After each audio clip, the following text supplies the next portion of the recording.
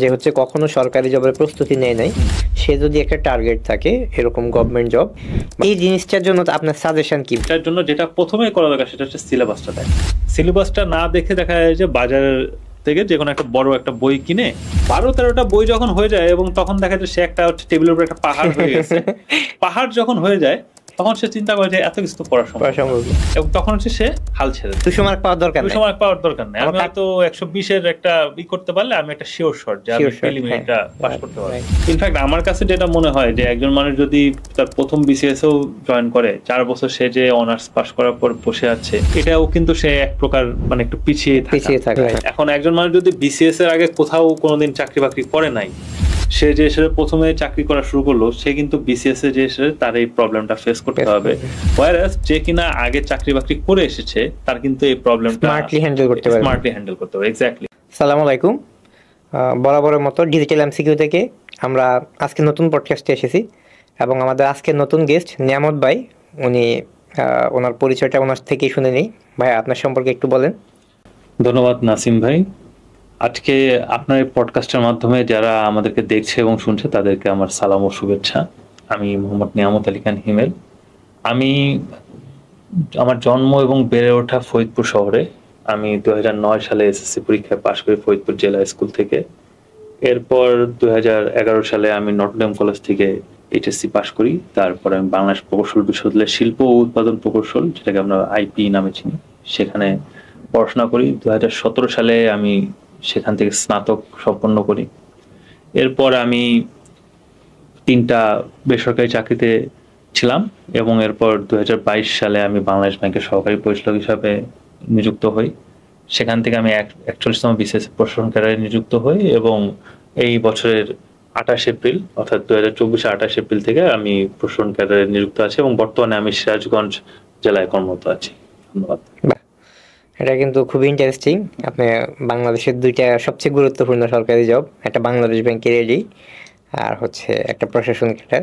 এটা মানুষের ড্রিম থাকে, যারা সরকারি জব যায় সবার ড্রিম একটাই দিন শেষে প্রশাসন ক্যাডার। আচ্ছা, তো ভাইয়া আমি শুরুতে যাওয়ার আগে এখানে আপনার আসলে শুরুতে আগে এখানে প্রশ্ন করি, আপনার 2টার প্রস্তুতি নিয়েছেন নাকি আলাদা আলাদা কোনো প্রস্তুতি হয়েছে আপনার, নাকি হচ্ছে জেনারেল আপনি একটাকে ফোকাস করে করছেন, 2টার কিছু কমন সিনারিও আছে, এরকম কি কোনো কিছু আছে? আসলে এটা নিয়ে বলতে গেলে যেটা হয় যে আমি একটাই প্রস্তুতি নিয়েছি। আচ্ছা, আমার হচ্ছে প্রস্তুতি ছিল মূলত হচ্ছে বিসিএস কে কেন্দ্র করে। আচ্ছা, আমাদের 41তম বিসিএস এর রিটেন পরীক্ষা এবং বাংলাদেশ ব্যাংকের পরীক্ষাটা খুব কাছাকাছি সময় হয়েছিল। এটা হচ্ছে মানে রিটেন পরীক্ষাটা আমার যতটুকু মনে করি যে 41তম বিসিএস এর রিটেন পরীক্ষা দিয়েছে 2021 নভেম্বর ডিসেম্বরের দিকে। বাংলাদেশ ব্যাংকের রিটেন পরীক্ষাটা ছিল মনে হয় 2022 নাকি 2000, মানে আমার ঠিক খেয়াল নেই, 2021 ডিসেম্বরে এরকম একটা সময় হবে হয়তো। তো আমাদের যে আমার প্রিলি 2টা পরীক্ষাও হচ্ছে খুব কাছাকাছি সময় ছিল। তো আমি হচ্ছে এই মানে একই পরীক্ষা মানে 41তম বিসিএস এর প্রিলির জন্য মূলত প্রিপারেশনটা নিয়েছিলাম।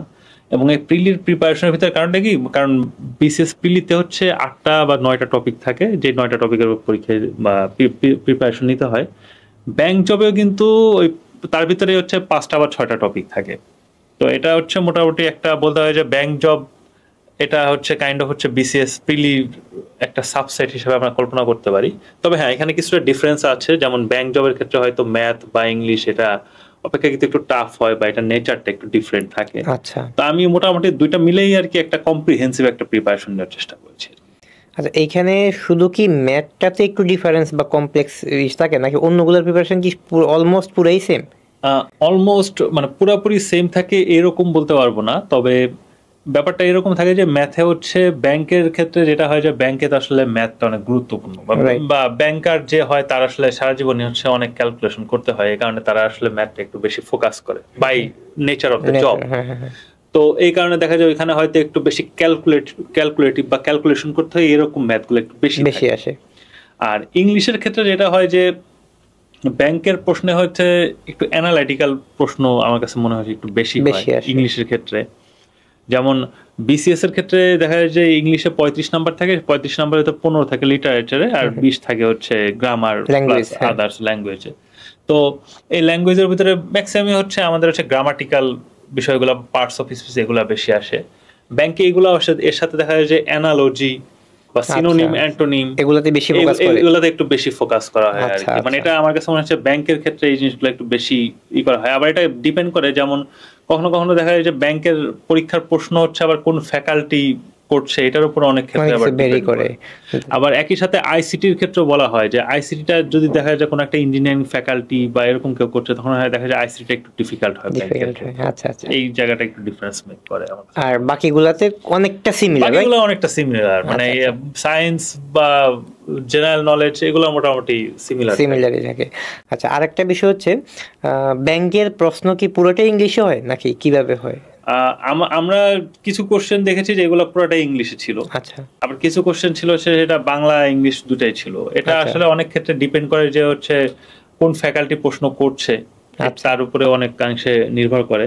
তো বেশিরভাগ ক্ষেত্রে আমরা দেখেছি এটা ইংরেজিটাই ব্যাংকের ক্ষেত্রে প্রেফারেবল, বা ম্যাক্সিমাম টাইম মানে ইংরেজিটা থাকবেই, বাংলাটা থাকুক না থাকুক ইংলিশটা থাকবেই, তো ইংলিশটাই অনুযায়ী প্রিপারেশন নেওয়াটাই প্রেফারেবল।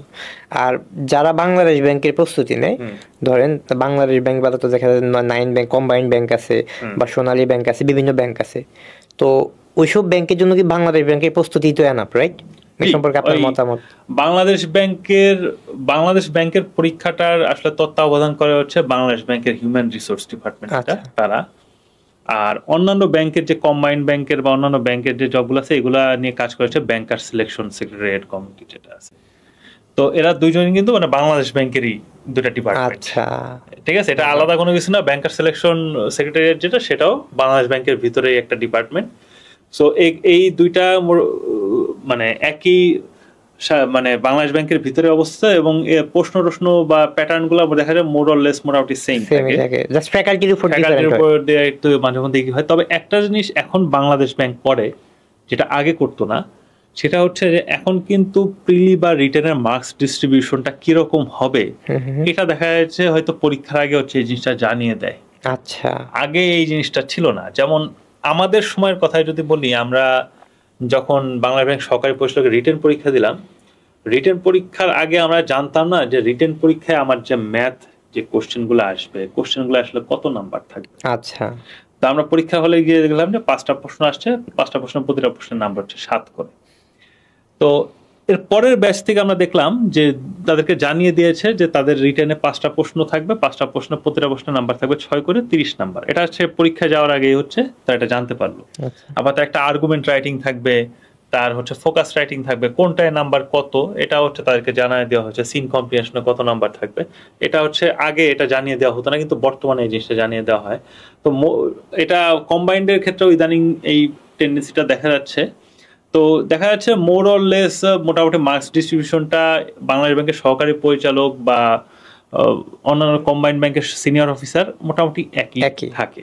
আবার প্রিলিতেও মার্কস ডিস্ট্রিবিউশনটা কাছাকাছি থাকে, হয়তো কোথাও ম্যাথে নাম্বার থাকে 20, কোথাও থাকে 25, কোথাও হয়তো ইংলিশে 15, কোথাও হচ্ছে 20, মানে এরকম একটু 5 নাম্বার কম বেশি হতে পারে, কিন্তু টপিক বা সাবজেক্ট সবই সেম। আচ্ছা আচ্ছা আচ্ছা, এটা কিন্তু হ্যাঁ অনেকের জন্য একটা গুরুত্বপূর্ণ বিষয়, কারণ যারা দুইটার দিকে ফোকাস করতে পারে বা একটা ফোকাস করলেও অন্যটাতে যাতে আমি প্রিপারেশন থাকে, এই জিনিসটা গুরুত্বপূর্ণ। আচ্ছা, তো নতুন যদি এখন যদি কেউ নতুন করে যে হচ্ছে কখনো সরকারি জবের প্রস্তুতি নেয় নাই, সে যদি একটা টার্গেট থাকে এরকম গভর্নমেন্ট জব বা বিসিএস এর ফোকাস করে, তো সেই ক্ষেত্রে সে যাতে আপনার মতো একটু কম্বাইন্ডলি মানে ধরেন আপনার তো দুইটাই হয়েছে, ধরেন সবার তো দুইটা হয় না, তো সে মানে বিসিএসটাই ফোকাস করলো, কিন্তু সে যাতে বিসিএস না হইলেও বাংলাদেশ ব্যাংক বা 9 ব্যাংকে হইতে পারে, মানে কম্বাইন্ড ব্যাংকে হইতে পারে, এই জিনিসটার জন্য আপনার সাজেশন কি? প্রথমত তাকে কিভাবে প্রস্তুতি সাজেশন আর কি? প্রথমত যেটা করতে হবে যে সিলেবাসটা বুঝতে হবে। আচ্ছা, যেটা হয় যে আমরা প্রস্তুতি নেওয়া শুরু করি, আর দেখা যাচ্ছে যে মানুষ আসলে প্রস্তুতি নেওয়া শুরু করে কিরকম ভাবে, যে দেখা যায় যে ইন্সপায়ার্ড হয়েছে যে আমি বিসিএস দিব। তো ইন্সপিরেশনটা কিভাবে আসছে? হয়তো দেখছে যে হলের একটা বড় ভাই সে বিসিএস এর বই নিয়ে ঘাটাঘাটি করতেছে, এটা দেখে তার মনে হলো যে আচ্ছা ঠিক আছে আমিও বিসিএস দেই বা আমি শুরু করি। তো এটা আসলে আমার কাছে মনে হয় যে খুব একটা ভালো অ্যাপ্রোচ না। আচ্ছা, আপনার এটা মানে খুব কনসাইজ হতে হবে প্রিপারেশনটা। এটার জন্য যেটা প্রথমে করা দরকার সেটা হচ্ছে সিলেবাসটা দেখা। আচ্ছা, বিসিএস এর সিলেবাসটার একটা বড় সমস্যাটা হচ্ছে বিসিএস এর সিলেবাসের যে বিজ্ঞপ্তিটা দেয়, যেমন ধরেন যে 47তম বিসিএস এর বিজ্ঞপ্তি চলছে, বিজ্ঞপ্তিটা এরকম যে সেখানে সিলেবাস একটা দেওয়া আছে, কিন্তু সিলেবাসটা দেখা যায় প্রায় 30-32 পেজ জুড়ে একটা লম্বা সিলেবাস, এবং সেখানে এটা দেখে তারা ভাবে কি এত বড় সিলেবাস তো পড়া ইম্পসিবল। কিন্তু এখানে একটা ট্রিক্স আছে, ট্রিক্সটা হচ্ছে 30-32 পেজ তো আমার জন্য প্রযোজ্য না, কারণ ওইখানে 26-27টা ক্যাডার আছে, প্রত্যেকটা ক্যাডার মানে স্পেশালাইজড ক্যাডার আছে, কিংবা দেখা যায় যে বাংলা বা ইংরেজি বা রসায়ন এরকম সাবজেক্ট ভিত্তিক যে শিক্ষা ক্যাডারের জন্য তার জন্যই প্রায় অর্ধেকের মতো থাকে। তো এই জিনিসটা হচ্ছে অনেকে চিন্তা করে না, অনেকে করে কি সিলেবাসটা দেখে না। সিলেবাসটা না দেখে দেখা যায় যে বাজার থেকে যে কোনো একটা বড় একটা বই কিনে পড়া শুরু করে, এবং বইগুলো সচরাচর হয় কি অনেক মোটা মোটা বই হয়। তো অনেক মোটা বই, ধরেন যে আপনি বাংলা সাহিত্যের জন্য একটা বই কিনলেন, ব্যাকরণের জন্য একটা বই, ইংলিশের জন্য একটা বই, অনেকে একাধিক বই কিনে, হ্যাঁ অনেকে আবার একই বিষয়ের উপর একাধিক বই কিনে, এভাবে করে দেখা যায় যে প্রায় 12-13টা বই হয়ে যায়। 12-13টা বই যখন হয়ে যায়, এবং তখন দেখা যায় সে একটা হচ্ছে টেবিলের উপর একটা পাহাড় হয়ে গেছে। পাহাড় যখন হয়ে যায় তখন সে চিন্তা করে যে এত কিছু পড়া সম্ভব না, এবং তখন হচ্ছে সে হাল ছেড়ে দেয়। কিন্তু প্রথমে যদি সে সিলেবাসটা দেখতো, সিলেবাসটা দেখতো যে এই বইয়ের ভিতরে অনেক অংশ আছে যেটা তার বাদ দিতে হবে, মানে কি পড়বে কি বাদ দিবে, হ্যাঁ কি পড়বে কি বাদ দিবে। তা আমার কিন্তু কি বাদ দিতে হবে এটা জানাটা খুব গুরুত্বপূর্ণ, রাইট। আমি যদি এটা না জানি তাহলে আমি হচ্ছে কি পড়তে হবে সেটাই আমি কখনোই ফোকাস করতে পারবো না। আর আমরা ধরেন যে একটা বইয়ে এভারেজে 700-800 পেজ থাকে, তেমনি 12টা বই যদি চিন্তা করি তো 12টা বই প্রায় 8000 পেজ। 8000 পেজ তো মেমোরিতে রাখা সম্ভব না, আপনি এটা পুরোটা মানে রিডিং পড়া সম্ভব, মেমোরি তো পড়া রাখা তো দূরে কথা। আপনি যদি প্রতিদিন চিন্তা করেন যে আমি 40 পেজ করে পড়বো, তাহলে 8000 পেজ পড়তে লাগবে 200 দিন। 200 দিন আমার প্রিপারেশন নেওয়ার মানে এনার্জি বা সময় কারো কাছে পসিবল না। সো আপনার এই কারণে আগে চিন্তা করতে হবে যে আমি একটু সিলেবাসটা দেখবো, এবং সিলেবাসের ভিতরে একটা জিনিস হয় যে আপনি যে বিষয়ে পড়াশোনা করছেন, একটা মানুষ অনার্স পাস করে তো বিসিএসটা দিবে, অনার্স পাস করবে বা করে ফেলেছে এরকম একটা মানুষের এই বিসিএস এর 9টা টপিকের ভিতরে অ্যাটলিস্ট একটা বা 2টা টপিক আছে যে বিষয়ে সে নিজে অলরেডি ভালো জানে। তো এটা তার জন্য একটা স্ট্রং পয়েন্ট। তো যদি হয় এটা এরকম হয়তো 200 নম্বরের ভিতরে 40 নম্বর হয়তো তার খুব ভালো জানা আছে, তো সে তাহলে বাকি 160 নম্বরের ভিতরে প্রিপারেশনটা নিবে। তো এইভাবে করে একটা স্ট্র্যাটেজিক্যালি তার হচ্ছে একটা মানে ক্যালকুলেটিভ। আমার তো 200 মার্ক পাওয়ার দরকার নেই, 200 মার্ক পাওয়ার দরকার নেই, আমি তো 120 এর একটা করতে পারলে আমি একটা শিওর শট যে আমি প্রিলিমিনারিটা পাস করতে পারবো। তাহলে যেভাবে ক্যালকুলেশন করলে আমার 120 মার্ক থাকবে, ওই ক্যালকুলেশনটা করতে হবে। আর সেই অনুসারে হচ্ছে মানে সব যদি পড়ে, এটা কেউই আসলে পারার কথা না। আমার মনে হয় না যারা চান্স পায় কেউই সব পড়ে, তারা স্ট্র্যাটেজি, কারণ এটা হচ্ছে জানার জন্য পড়া না, এটা হচ্ছে পরীক্ষায় পাস করার জন্য, পাসের জন্য, রাইট। আর এর সাথে যেটা বলেন যে ব্যাকআপ, সেটা হচ্ছে যে বিসিএস এর প্রিপারেশন নিলে মোটামুটি আপনি সব পরীক্ষারই ব্যাকআপ হয়ে যাবে। যেমন বিশেষ করে যদি কেউ করে যে জব সলিউশন গুলা দেখে, যে আগের বছরের প্রশ্নগুলা, তাহলে সে দেখবে যে বিসিএস এর প্রশ্ন আসছে, এই প্রশ্ন কিন্তু হুবহু দেখা যাচ্ছে অন্যান্য পরীক্ষাগুলোতে আসে, মানে একটু ঘুরে পেঁচে অন্য পরীক্ষার প্রশ্ন বিসিএস এ আসে, এরকম রিপিটেশন হয় বা টপিক গুলা সিমিলার থাকে, একই টপিক থেকে ঘুরে ফিরে। যেমন আপনার যদি জেনারেল নলেজ চিন্তা করেন, জেনারেল নলেজ তো আপনার কারেন্ট যেই নলেজ গুলো আছে সেটা বিসিএস এর জন্য যেরকম অ্যাপ্লিকেবল, আপনি প্রাথমিক শিক্ষার জন্য অ্যাপ্লিকেবল, ব্যাংকের জবের জন্য একই সেম সিস্টেমটা। তো এইরকম ভাবে হচ্ছে আসলে আমাদের এইগুলা একই, মানে আমার মনে হয় বিসিএসটা যদি খুব ভালোভাবে প্রিপারেশন নেওয়া যায় তাহলে সব চাকরি এখানে কভার হয়ে যাবে। আচ্ছা, আমরা বইয়ের ব্যাপারে পরে যাই, বিসিএস এর বই বা কি বই, এগুলোতে আমরা পরের দিকে যাব। তো এখানে আমরা আরেকটু বিষয় জানি যে, আর অনেকে দেখা যাচ্ছে যে প্রস্তুতির বিষয়ে যে সে হচ্ছে আসলে কখন প্রস্তুতি নেওয়া উচিত। দেখা যায় চিন্তা করে হ্যাঁ পরীক্ষা 3 মাস আছে, এখন নিব না, থাকলে পরে বিসিএস দিব। আবার অনেকে চিন্তা করে 6 মাস, হ্যাঁ আমি মনে পারবো না, থাক আমরা এই বিসিএস নিয়ে যাক, পরেরটা দিব। আবার অনেকে চিন্তা করে না আমি 3rd ইয়ারে এখন থেকে বিসিএস পড়বো। সো আসলে এই সঠিক সময়টা কখন, আর এটা আসলে অ্যাকচুয়ালি একজন সাধারণ মানে যে কেউ যে ধরন হচ্ছে খুব বেশি এক্সপার্ট না, সাধারণ বা যেমন ন্যাশনাল ইউনিভার্সিটি স্টুডেন্ট, তার জন্য আসলে সে কতদিনের সময় হলে মানে মোটামুটি একটা ভালো প্রিপারেশন সে যদি মেনটেন করে হইতে পারে। ধন্যবাদ।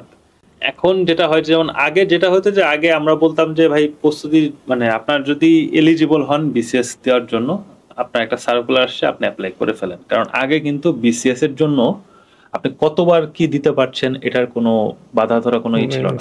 আপনি একটা আপনার যদি বয়স আছে, আপনি 7 বার বিসিএস দিতে পারেন, আপনি 7 বার দেন, আপনি 8 বার দিতে পারেন, আপনি 8 বার দেন। বর্তমানে 32 বছর পর্যন্ত বয়স বাড়ানো হয়েছে, কিন্তু একটা লিমিটেশন দিয়ে দেওয়া হয়েছে, আপনি একটা নির্দিষ্ট সংখ্যক বার বিসিএস দিতে পারবেন। কাজেই বিসিএস এর এখনকার যদি একটা বলি যে আপনার কিন্তু একটা অল্প প্রিপারেশন নিয়ে বা আমি কোনো মতে একটা প্রিপারেশন নিয়ে পরীক্ষায় গেলাম যে দেখি কি হয়, পরের বার ভালো মতো দিব, এবার আসলে এই টেন্ডেন্সিটা একটু কম হবে আমার কাছে যেটা মনে হচ্ছে। কিংবা আপনি যদি খুব শিওর না হন যে ভাই আমি বিসিএস দিতে চাই, তাহলে আপনি হয়তো বিসিএস দিতে চাবেন না, কারণ আপনি হতে পারে যে পরবর্তীতে আপনি বিসিএস দিতে গেলেন তখন দেখলেন যে আপনার আসলে আর এলিজিবল না, বা আপনি অলরেডি আপনার কোটা কমপ্লিট করে ফেলছেন আগে। আচ্ছা, এখানে একটা বিষয় জাস্ট এডিশনালি আমি আগেই কোশ্চেন করে রাখি, আমি ফর্ম অ্যাপ্লাই করছি ধরেন, কিন্তু আমি পরীক্ষা দিই নাই, সেই ক্ষেত্রে কি ওই আমার কোটা কি কমে যাবে? এটা তো কমে যাওয়া উচিত, মানে আমি এটা আমার নিজেরও জানা নাই, কিন্তু এটা আসলে হয়ে যাওয়া উচিত, কারণ আপনি পরীক্ষা অ্যাবসেন্ট হিসেবে দেখাচ্ছে। তো সেখানে তার মানে পরীক্ষা অ্যাবসেন্ট মানে তো আপনি পরীক্ষার জন্য অ্যাপিয়ার করছেন, এটাই ধরা হয়। তো এইখানে যেটা করা হয় যে আপনি আইডিয়াল টাইমটা আসলে এক একজনের জন্য এক এক রকম। আচ্ছা, যেমন আপনি বললেন অলরেডি যে সবাই তো একরকম মেধাবী না, এখন একই হয়তো কারো হচ্ছে প্রিপারেশন নিতে 2 মাসে সে খুব ভালো প্রিপারেশন নিতে পারছে, আবার কেউ হচ্ছে দেখা যাচ্ছে 1 বছর ধরে প্রিপারেশনও পারছে না। এটা সব ক্ষেত্রেই হয়। যেমন আমাদের সময় আমার মানে এটা বলতে কষ্ট হয়, আমি যখন মানে কলেজ পাশ করলাম, আমাদের এক সিনিয়র মানে আমাদের আগের ইয়ারের এক বড় ভাই ছিলেন আমাদের সাথে হোস্টেলে, উনি মেডিকেলের জন্য খুব ভালো প্রিপারেশন নিলেন। মেডিকেলের জন্য প্রথমবার প্রিপারেশন নিয়ে হচ্ছে সে মেডিকেল কোনো একটা পাবলিক মেডিকেলে চান্স পেলেন না, সে এরপরে সারা বছর পরে সেকেন্ড টাইমে পরীক্ষা দিলেন, তখন চান্স পেন নাই, কিন্তু উনি কিন্তু খুব মেধাবী ছিলেন। এরকম হয় মাঝে মাঝে, একটা অ্যাক্সিডেন্ট হতেই পারে। তো এরকম আসলে এটা বলাটা খুব কষ্ট, কিন্তু যেটা হয় যে আইডিয়ালি কেউ যদি একটু মানে টপিক ধরে ধরে একটা ভালো প্রিপারেশন নেয়, আমার মনে হয় তার 4 থেকে 5 মাসে একটা ভালো প্রিপারেশন নেওয়া সম্ভব। মানে আমি যদি এটা অনেকটা এরকম চিন্তা করি যে যেমন এখন ধরেন 47তম একটা সার্কুলার চলছে, তো সার্কুলার একটা পাবলিশ হয়েছে, এই সার্কুলার এখন যদি কেউ অ্যাপিয়ার করে হয়তো এদের পরীক্ষাটা হবে হচ্ছে এপ্রিল মেতে গিয়ে, ধরে নিলাম। তো এপ্রিল মেতে গিয়ে যদি হয়, তো এখন থেকে কেউ যদি বেশ ভালো একটা পড়াশোনা শুরু করে, তো তখন দেখা যাবে যে সে এপ্রিল মেতে গিয়ে হচ্ছে ততই না তার প্রস্তুতিটা বেশ ভালো হয়ে যাবে। সে হয়তো সর্বশেষ 2-3 সপ্তাহে হচ্ছে মডেল টেস্ট গুলা দিল, প্র্যাকটিস করলো, তাহলে হচ্ছে সে বেশ ভালো একটা প্রস্তুতি নিয়ে কিন্তু বিসিএস পরীক্ষায় অ্যাপিয়ার করতে পারবে। আচ্ছা, তার মানে হচ্ছে আসলে ওই অনেক লম্বা সময়টা বেশি ইম্পর্টেন্ট না, সময়টা হচ্ছে আমি কতটুক সময় দিচ্ছি, সময়টা অল্প হইলেও আমি ওই সময় যদি বেশি সময় দিই সেটা ইম্পর্টেন্ট, কারণ মেমো অনেক বেশি আগের মেমোরি তো থাকবে না, আপনার কনসেন্ট্রেট করতে হবে। কারণ আপনি যদি চিন্তা করেন যে একটা জিনিস 1 বছর দূরে আছে, আপনি এখন চিন্তা করছেন যে ভাই 1 বছর পরে আমার কাজে লাগবে, আপনি কিন্তু খুব বেশি সিরিয়াস হবেন না, এবং যাই ফরমেশটা ভুলে যাবে আলটিমেটলি, আবার ওই তাইলে অল্প টাইম, তার মানে আবার রিপিট করতে হবে। তার মানে আমাদের ফোকাস হচ্ছে যে স্ট্র্যাটেজিক্যাল, অল্প সময়ে বেশি পড়া, একটু সায়েন্টিফিক্যালি মেথডগুলো অ্যাপ্লাই করা আর কি, রাইট? ওকে।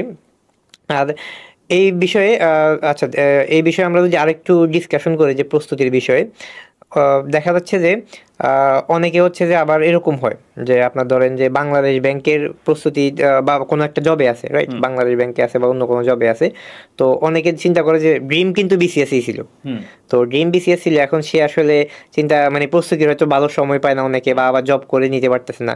তো সেই ক্ষেত্রে আপনার সাজেশন কি, তারা আসলে কি জবে থাকা উচিত? আপনি কিন্তু জবে থাকেই আরেকটা জব নিচ্ছেন, রাইট? তো সবার জন্য কিন্তু এটা আবার অ্যাপ্লিকেবল না। তো আপনার মতে সাজেশন কি, এটা কি আসলে সে জব ছেড়ে দেওয়া উচিত তার ড্রিম জবের জন্য, নাকি হচ্ছে সে আসলে ওইটা কন্টিনিউ করে আবার ট্রাই করা উচিত? আমার মতে জবটা করা উচিত। আচ্ছা, কারণ এটা ধরেন যে আসলে অনেক কারণে থাকে, এটা মানুষ চাকরি চাইলেও ছাড়তে পারে না। আচ্ছা, এটা দুইটা বিষয়, একটা হচ্ছে রিস্ক, যেমন আপনি চাকরি ছাড়লে যে আপনার বিশেষ ক্যারিয়ার হবেন বা একটা বেঞ্চ হবে তার কোনো গ্যারান্টি নাই, কারণ এখানে অনেক কম্পিটিশন। আর দ্বিতীয় কথা হচ্ছে যে চাকরিটা সবার ক্ষেত্রে আসলে ছাড়াটা ফ্যামিলি নিড বা কিরকম কি বেসে বাস্তবতার নিরিখে এটা অনেক সময় ফিজিবল হয় না। প্লাস একজন যদি জব ছাড়ে চিন্তা করে, তারা তখনও যদি একটা আয়ের চিন্তা করতে হয়, তখন দেখা যাবে কি সে চাকরি ছেড়ে টিউশনি করবে। যদি সে চাকরি ছেড়ে হচ্ছে 4-5টা টিউশনি করতে হয়, তাহলে তো একই টাইম চলেই গেল। তার থেকে বরং আমার মনে হয় যে যদি জব করা মানে যদি, তবে এর ভিতরে একটা কথা থাকে, জবটা আসলে কিরকম জব, জবের নেচারটা কিরকম, এটা কিন্তু একটা খুব গুরুত্বপূর্ণ বিষয়। যেমন আমি যে চাকরিগুলোতে ছিলাম, আমি আল্লাহ রহমতে যে আমি সবগুলাতে বেশ ভালো ভালো চাকরিতে ছিলাম। অ্যাকচুয়ালি সময় বিসিএস এর আমি যখন প্রিলি দিই, তখন আমি হচ্ছে একটা মাল্টিন্যাশনালে চাকরি করি, এবং মাল্টিন্যাশনালে অনেক প্রেশার ছিল। আমি সকাল 7টার দিকে বাসা থেকে বের হতাম, আমি দেখা যায় উত্তরায় বাসা থেকে গাজীপুরে যেতাম, আবার আসতাম। ওই সময় হচ্ছে বিআরটির কাজ চলতেছে, তো রাস্তাঘাটের অবস্থা মাশাআল্লাহ খুবই ভালো, আমার আসতে 3 ঘন্টার মতো সময় লাগতো। মাঝে মধ্যে রাত্রে 8টা 8:30 বাজতো বাসায় আসতে। তো আমি কিন্তু প্রথম দিকে আমি চিন্তা করলাম আসলে এর ভিতরে আমি প্রস্তুতিটা নিব কখন। বাসে বসে তো বসে। এরপরে না অফিসে গাড়ি ছিল, এটা একটা আচ্ছা। এই যে বললাম যে অফিসের আসলে প্রস্তুতিটা পরিবেশটা কিরকম হ্যাঁ। এটার উপর ডিপেন্ড করে। তো অফিসের গাড়িটা কিন্তু আমার হচ্ছে একটা ব্লেসিং ছিল। মানে আমার অফিসের গাড়িটা ছিল হচ্ছে আমার প্রস্তুতি। বেস্ট ক্লাসরুম, ঠিক আছে, মানে আমি যদি বলি আর কি, ঠিক আছে, আমার অফিসের গাড়িটা ছিল আমার হচ্ছে বেস্ট ক্লাসরুম। Right. কারণটা হচ্ছে আমি অফিসের গাড়িতে সকালবেলা উঠতাম, সকালবেলা উঠে অফিসে কিন্তু গাড়িতে সবাই ঘুমায়, ঠিক আছে, কারণ সকাল 7টার সময় মানে প্লাস আমি উত্তরা থেকে উঠতেছি, এই গাড়ি আসতেছে হয়তো মহাখালীর থেকে যে যাত্রীটা উঠবে সে উঠতেছে আরো প্রায় 30 মিনিট আগে, মানে 6:30টার সময়। আচ্ছা। তো সে তো 6:30টার সময় ঘুম থেকে উঠতেছে, সে ওই 3-4 ঘন্টা ঘুমাইছে বাসায়, সে হচ্ছে অফিসের গাড়িতে ঘুমায়। তো এরকম ভাবে যে উঠে সেই ঘুমায়, আমি কিন্তু ঘুমাই না। আমি কি করতাম, আমি হচ্ছে মোবাইলে হচ্ছে পড়াশোনা করতাম। আচ্ছা। মোবাইলে হচ্ছে হয়তো কোনো একটা মডেল টেস্ট দিচ্ছি, মডেল টেস্টটা আগের যে আগে থেকে মডেল টেস্ট গুলো তার হচ্ছে কোশ্চেন গুলা বা কোথায় কি কি ভুল হলো সেগুলো দেখছি, কিংবা বিভিন্ন টপিক নিয়ে হচ্ছে একটু টিডিএফ গুলা দেখছি যে আসলে কি কি আছে, কি কি ইনফরমেশন আছে, আগের বছরের প্রশ্নগুলো একটু দেখছি। এভাবে করে হচ্ছে একটা প্রস্তুতি নিলাম। আবার চাকরিতে, বিশেষ করে যারা এখন চাকরিতে আছেন তাদের ক্ষেত্রে হয়তো সবার ক্ষেত্রে এই বিষয়টা নাও হতে পারে। তো তাহলে আপনার চিন্তা করতে হবে যে ভাই আমি বাসায় যে এসে যে টাইমটা, যে যদি আপনি অফিসটা একেবারে বাসার কাছে হয় তাহলে বাসায় যে আপনার অ্যাটলিস্ট 1 থেকে 2 ঘন্টা প্রতিদিন বের করতেই হবে। সেটা আপনি যেভাবে করেন, কিন্তু এটা আপনার এটা বের করতে 24 ঘন্টার থেকে আপনি যদি 1 ঘন্টা 2 ঘন্টা চিন্তা করেন এটা কিন্তু খুব বেশি না। কিন্তু আপনি যদি হঠাৎ করে চিন্তা করেন যে পরীক্ষার আমার আর মাত্র 15 দিন আছে, 1 মাস আছে, এখন আমি তো পড়াশোনা করতে পারতেছি না, তখন কিন্তু এটা আপনার জন্য ইম্পসিবল হয়ে যাবে। আর এর সাথে আরো একটা জিনিস যেটা বলবো সেটা হচ্ছে যে আপনার মানে যেই চাকরিতে আছেন আপনি চেষ্টা করবেন মাঝে মধ্যে একটু ছুটি ছাড়া দিতে। আচ্ছা। মানে এটা ছুটি ছাটা বলতে যে আপনি একারো ডিউটি অফ করে দেবে এমন না। যেমন আমি যে চাকরিতে ছিলাম এই চাকরিতে আমার হচ্ছে মোটামুটি 24/7 ডিউটি ছিল। আচ্ছা। মানে আমি যদি অফিস থেকে চলে আসতাম তা দেখা যেত হোয়াটসঅ্যাপে আমরা বিভিন্ন ইনস্ট্রাকশন ফলো করতে ইনভলভ থাকতে হতো, বা উইকেন্ডে ফ্যাক্টরিতে তো অপারেশন চলে, প্রোডাকশন চলছে, তো প্রোডাকশন চললে পরে আমার হচ্ছে সেটাও মনিটরিং করতে হতো, মাঝে মধ্যে কোয়েরি আসতো। তো এই জিনিসগুলো হলেও আমি চেষ্টা করতাম যে মাঝে মধ্যে একটু ওয়ার্ক ফ্রম হোম করতে। তো ওয়ার্ক ফ্রম হোম করলে আমার লাভটা কি হয়, আমার হচ্ছে সকাল 7টার সময় তো আমি অফিসে যাচ্ছি না, তো অফিস শুরু হয় সকাল 9টার সময়, সকাল 7টা থেকে সকাল 9টা 2 ঘন্টা আমি বাসায় বসে একটু পড়াশোনা করতে পারলাম। আবার সন্ধ্যার সময় আমি হচ্ছে বিকাল 5টার সময় রওনা দিলে আমার বাসায় আসতে রাত 8টা বাজতো। আমি বিকাল 5টা থেকে রাত 8টা এখানেও 3 ঘন্টা আমি পড়াশোনার জন্য দিতে পারলাম, আবার এনার্জেটিক থাকলাম। তো সপ্তাহে যদি 2 দিন যদি এরকম পাওয়া যায়, তার মানে 10 ঘন্টা যদি কাজে লাগানো যায়, তাহলে কিন্তু আপনার মানে সপ্তাহে 10 ঘন্টা কাজে লাগাইতে পারলে কিন্তু বিসিএস এর প্রিপারেশন জন্য এটা অলমোস্ট হয়ে যায়। হ্যাঁ, মানে নিজের আসলে উপস্থিত বুদ্ধি খাটে যে সিচুয়েশনে আছে সেই সিচুয়েশনটাকে নিজের মতো করে হ্যান্ডেল করাটা, দ্যাটস ইম্পর্টেন্ট, রাইট? এটা কিন্তু খুব ভালো পয়েন্ট। আচ্ছা, এইখানে আপনার প্রস্তুতির বেশ একটা স্ট্র্যাটেজি বলে বলছেন। আচ্ছা, আপনার বেশিরভাগ প্রস্তুতি কি তাহলে অনলাইনের উপর, কি মানে মূল প্রস্তুতির কি মেজর একটা পার্ট? এটা আসলে মেজর পার্ট। ইনফ্যাক্ট আমি মানে অনলাইনে আসলে আমি কিন্তু কখনোই এই যে বিসিএস, ব্যাংক জব বা যাই বলি না কেন, আমি কোনোদিন কোনো অফলাইন কোচিং করি নাই। আচ্ছা আচ্ছা। আমি বই কিনেছি, বই পড়েছি বাসায়। একটা পর্যায়ে দেখলাম আসলে বাসায় বই পড়াটা না, এটা আমার জন্য খুব ফিজিবল হতো না। আচ্ছা। কেন হতো না? কারণ যে আমি বললাম সকাল 7টায় যে রাত 8টায় আসি, তো এই মানে আপনি 11 ঘন্টা একে তো হচ্ছে, যেমন উত্তরা থেকে গাজীপুর আমি প্রায় হচ্ছে ডেইলি 60-65 কিলোমিটার জার্নি করতে হতো। তো আপনি জার্নি করছেন, জার্নি করে প্লাস রাস্তার অবস্থা খুব একটা ভালো না, তো আপনি হচ্ছে মানে এই এরকম হেকটিক জার্নি প্লাস অফিসের কাজ, এরপরে রাত্রেবেলা আপনি যখন একটা বই নিয়ে বসবেন, বই নিয়ে বসলে আপনার ঘুম আসবে। এটা একটা খুব বড় সমস্যা ছিল। তো ফলে যেটা করলাম যে প্রথমে চিন্তা করলাম যে তাহলে এটা কি করা যায়। পরে হচ্ছে আমি আস্তে আস্তে দেখলাম যে অনলাইনে শিফট হওয়াটা আমার জন্য সুবিধাজনক। এটা দুই দিক দিয়ে। কারণটা কি? কারণ প্রথম কথা হচ্ছে যে আমি অফিসে আমার যে কাজটা এটা হচ্ছে ডেস্ক জবে যেটা হয় যে আমার কাছে একটা ল্যাপটপ থাকে এবং আমি ল্যাপটপের সামনে ম্যাক্সিমাম টাইমে বসে থাকি। তো আমি যদি অনলাইনে থাকি, এটা আমার জন্য হচ্ছে মানে আমি মাঝে মধ্যে একটু যখন একটু সময় পেলাম তখন একটু চোখটা একটু বোলাই নিতে পারছে একটা টপিকের উপরে 5 মিনিট 10 মিনিট। এটা নিয়ে আসলে খুব একটা সমস্যা হয় না। অফিসের কাজেও সমস্যা হচ্ছে না আমার, এটা নিয়ে খুব একটা আমার কনসেন্ট্রেশন ব্রেকও হচ্ছে, ফোকাসের সমস্যা হচ্ছে না। আর দ্বিতীয়টা হচ্ছে যে আমি আসার সময় তো মোবাইলটা তো হাতে থাকে।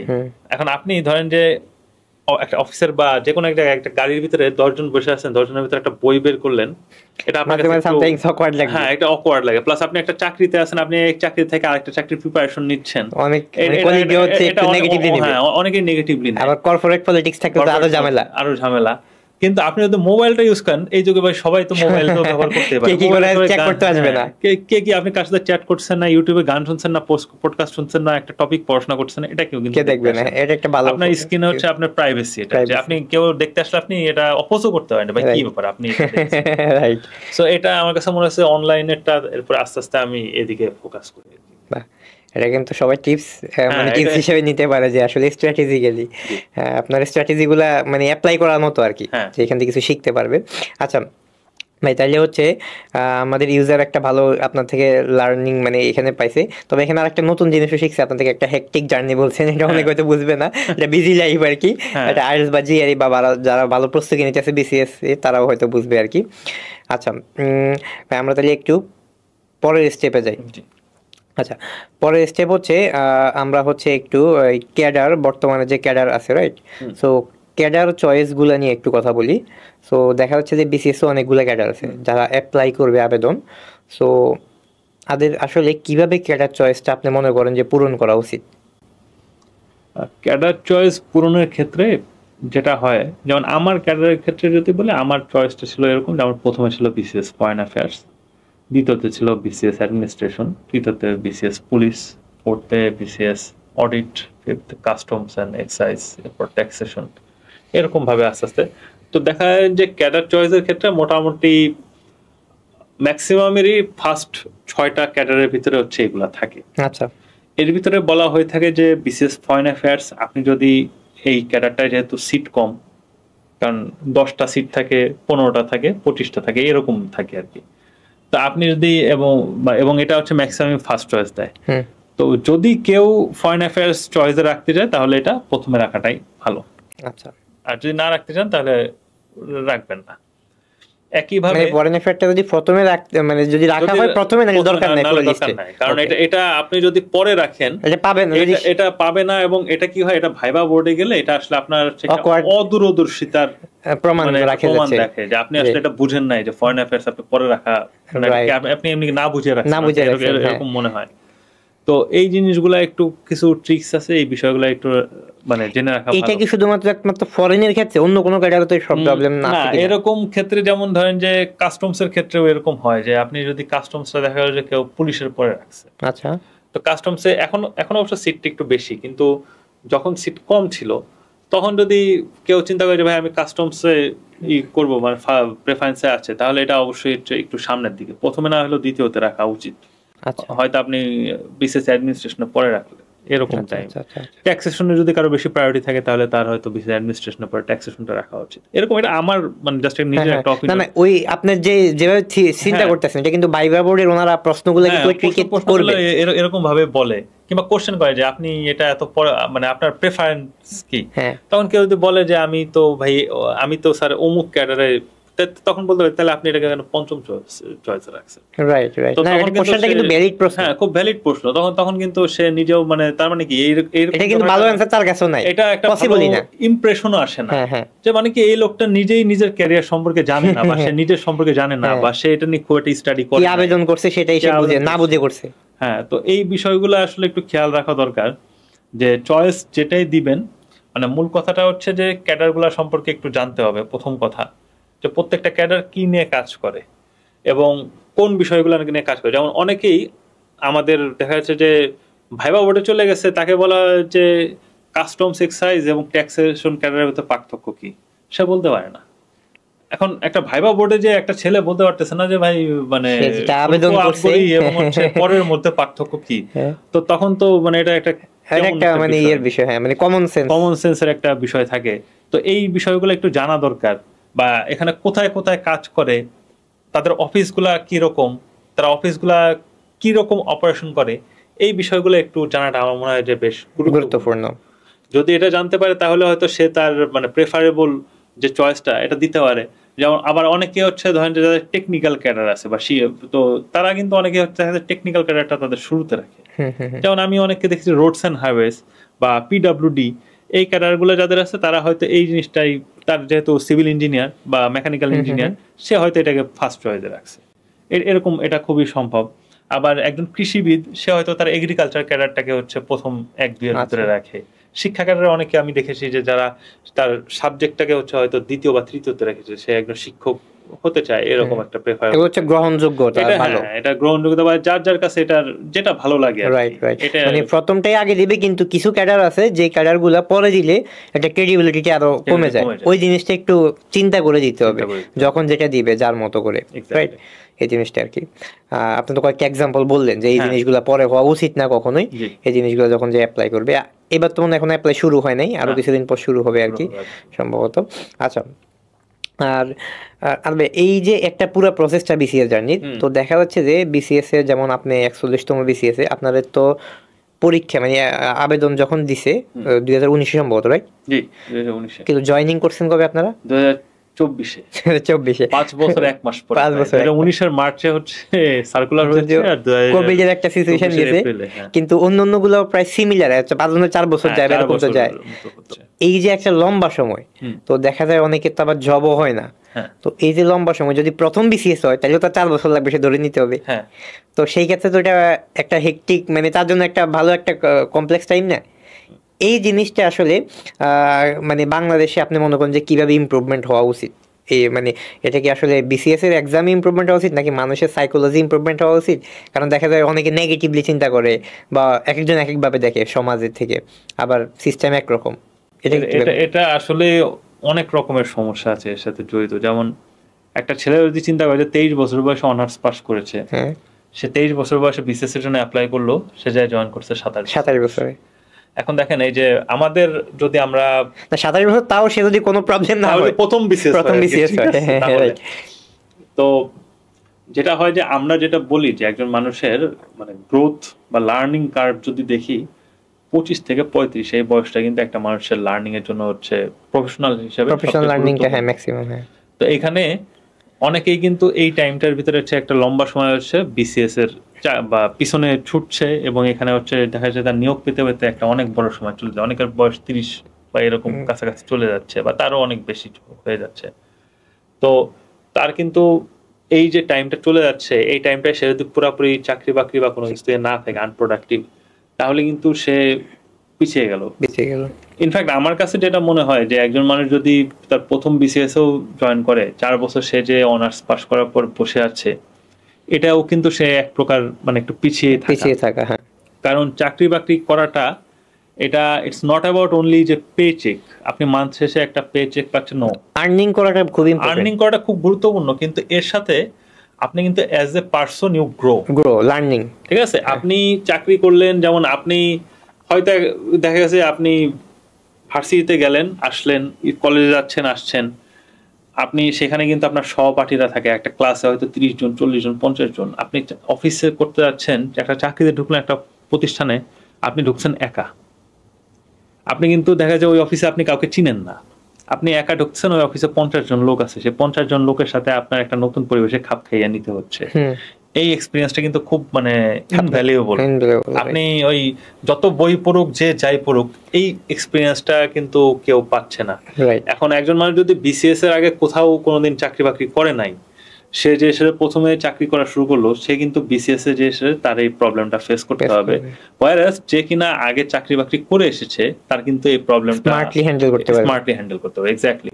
এবং যে আসলে একটু বেশি অভিজ্ঞতা আছে, সে চিন্তা করবে যে সে অনেক আপস এন্ড ডাউনস দেখবে অফিসে, সে কিন্তু এই বিষয়গুলা খুব সহজে অ্যাডাপ্ট করে নিতে পারবে, বা অনেক ক্ষেত্রে একটা আনফেভারেবল একটা সিচুয়েশনে সে কিন্তু এটা একটা হজম করে নিতে পারে খুব সহজে। আমরা এটা বাংলায় বলি যে ঠিক আছে ভাই, এটা মেনে নাও, সে এটা মেনে নিতে পারে। কিন্তু একজন মানুষ যে কিনা দেখে যে হয়তো ওই কখনো ফ্যামিলিতে ফেস করে না, স্মুথ সাগর কখনো ভালো নাবিক তৈরি করে না, নাবিক তৈরি করে। এক্স্যাক্টলি। তো এই জিনিসটা কিন্তু তার ক্ষেত্রে এই সমস্যাটা হবে।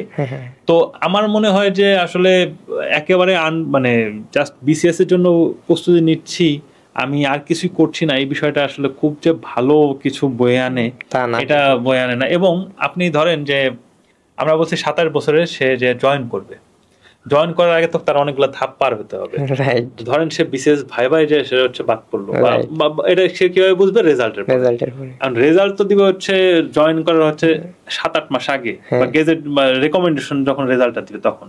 তো ওই রেকমেন্ডেশন পর্যন্ত আস্তে আস্তে তো তার 3-3.5 বছর চলে গেছে। চলে গেছে। তো সে 3-3.5 বছর পরে এসে জানলো যে আমি এতদিন ধরে যেটার জন্য চেষ্টা করতেছি সেটা Output কোনো zero. Output zero.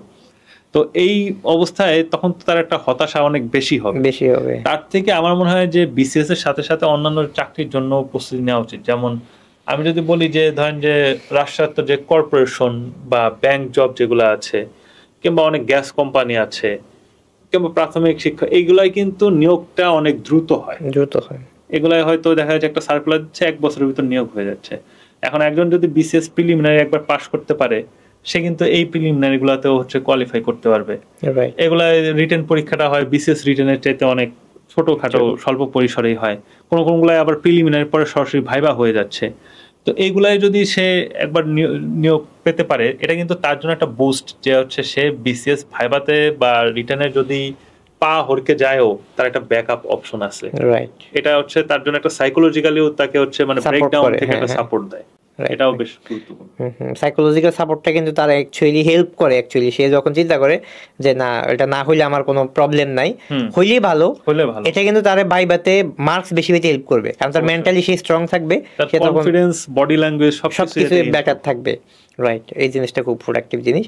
আচ্ছা, আরেকটা বিষয় ভাই, এখানে তো আপনি বলছেন যে বিসিএস এর আগে হয়তো অন্য গভর্নমেন্ট জবের কথা বলছেন, তো আপনি নিজেও কিন্তু অন্য দেখা যাচ্ছে গভর্নমেন্ট জবের বাইরেও কিছু জয়েন করছেন বা বিভিন্ন প্রোগ্রামে ছিলেন। সো যদি অন্য কেউ মানে দেখা যাচ্ছে এটার জন্য কিন্তু আবার আলাদা স্কিল লাগে।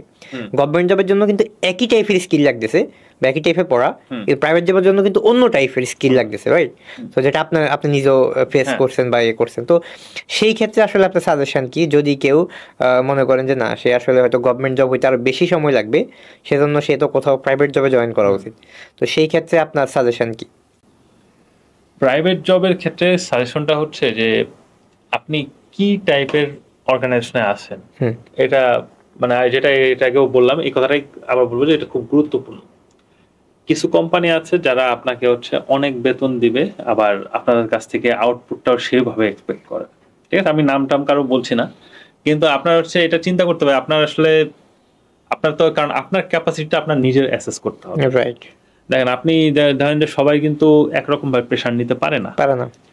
তো একজন যদি চিন্তা করে যে ভাই আমি ডেইলি মানে 10-12 ঘন্টা পুরোপুরি কনসেন্ট্রেশন দিতে পারবো, এর ভিতরে আপনার অফিসে হয়তো 7-8 ঘন্টা চলে যাচ্ছে, তা আপনার হচ্ছে 2-3 ঘন্টা আপনি নিজের পড়াশোনার জন্য দিবেন। এটা হচ্ছে আপনার একটা স্ট্র্যাটেজি। এখন আপনি যদি প্রতিষ্ঠানটা এরকম হয় যে আপনার কাছ থেকে 12 ঘন্টা ডিউটি ডিমান্ড করে, তাহলে আপনি তখন কি করবেন? আপনি এটা পারবেন না। তো আপনার হচ্ছে এরকম চিন্তা ভাবনা করতে হবে যে এমন একটা প্রতিষ্ঠান, যে প্রতিষ্ঠানটা আসলে ওই একটা টাইম মেনটেন করে। হইতে পারে যে আমাকে হয়তো বাজারের অন্য প্রতিষ্ঠানগুলোর থেকে পেচেকটা একটু কম দিল, কিন্তু আমার ফোকাসটা ঠিক থাকলো। হ্যাঁ, ফোকাসটা ঠিক থাকলো। আর আপনি যদি একেবারে পুরাই ফোকাস থাকে যে না ঠিক আছে আমার মানে বেতনটা একটা প্রায়োরিটি, তো তখন হয়তো সেক্ষেত্রে আবার অন্যদিকে স্যাক্রিফাইস করতে হবে। সো আপনার কিন্তু এই ট্রেড অফটা আপনার মেনে নিয়ে আপনার কাজটা করতে হবে। রাইট। আপনি মানে এখন একটা প্রতিষ্ঠানে আছেন, আপনার প্রতিষ্ঠানে এরকম যে সপ্তাহে 6 দিনে হচ্ছে আপনার 12 ঘন্টা করে ডিউটি করতে হয়, তো তখন তো আপনি এখানে থেকে আসলে বিসিএস এর প্রিপারেশন নেওয়ার স্বপ্ন দেখা সম্ভব না। আপনার যদি এরকম হয় যে আমার হচ্ছে সপ্তাহে 5 দিন করে ডিউটি করতেছি, আমার হয়তো 8 ঘন্টা 9 ঘন্টার ভিতরে ডিউটি, তখন হয়তো আপনি সপ্তাহে 10-12 ঘন্টা বিসিএস এর প্রিপারেশনের জন্য ম্যানেজ করতে পারবেন। রাইট। তো এই জিনিসটা আপনার চিন্তা করতে হবে যে আসলে আমি কোথায় আছি। আবার এখানে একটা বিষয় থাকে যে প্রাইভেট জবে কিন্তু আসলে আমাদের সেই স্কিল অনেক কিছু আছে যারা অ্যাকোয়ার করতে হয় খুব দ্রুত। কর্পোরেটে এটা অনেক দ্রুত অ্যাকোয়ার করতে হয়। তো এই অনেক দ্রুত অ্যাকোয়ার অনেকেই দেখা যাচ্ছে হয়তো এই মানে এনভায়রনমেন্টটা তাদের জন্য অনেক চ্যালেঞ্জিং হয়ে যাচ্ছে বা সেই প্রেসারটা নিতে পারছে না। তো এরকম যদি হয় তাহলে সে কিন্তু আসলে দেখা যায় যে বিসিএস এ হয়তো যে মানে ইচ্ছা আছে কিন্তু তার আসলে বিষয়টা হচ্ছে না। তো এটা তার আসলে চিন্তা করতে হবে যে আমি তখন আসলে কি করব।